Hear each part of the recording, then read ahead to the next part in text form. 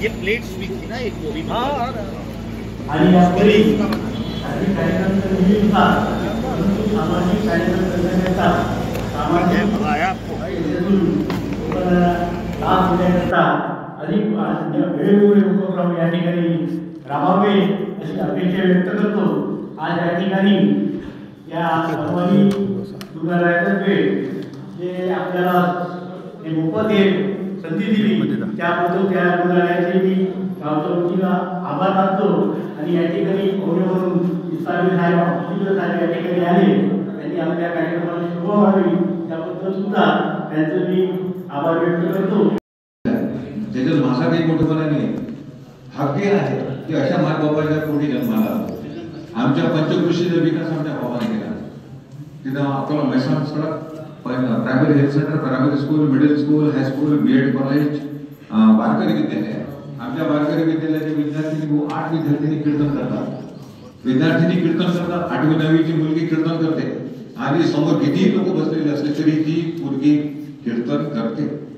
तर वारकरी विद्यालय ते बहिणीच्या नावाने आहे, त्याच्या मागचा उद्देश होता संस्काराचा भाग आहे तो। आता कारण टीव्ही मध्ये आपण गुंतून पडतो, त्याच्यानंतर मोबाईल आणि इंटरनेट आलं त्याच्यामध्ये आपण गुंतून पडतो, त्याच्यातनं बाहेर काढण्यासाठी हा अल्पसा प्रयत्न वारकरी विद्यालय।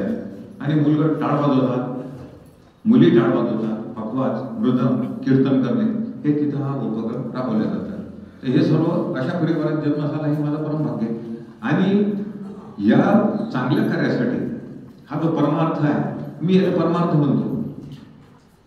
कथा होता, कथेतनं चांगलं सांगितलं जाते, त्याची गरजही आहे, पण ते आपण प्रॅक्टिकलमध्ये किती उतरवतो ते तितकंच महत्वाचं आहे।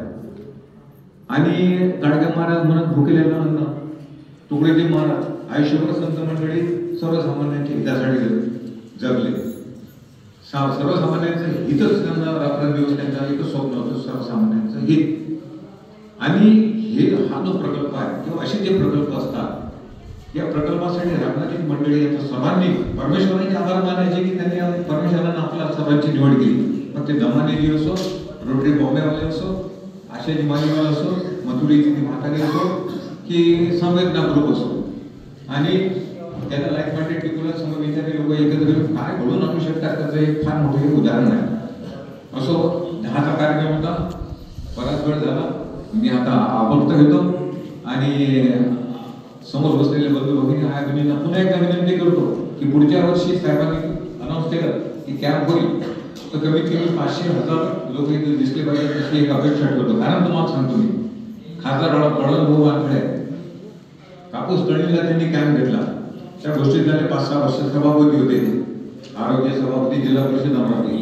त्यावेळेला कापूस तळणीला जेव्हा कॅम्प घेतला पवारसाहेब, 3500 पेशंट होते। किती पेशंट होते तपासायला?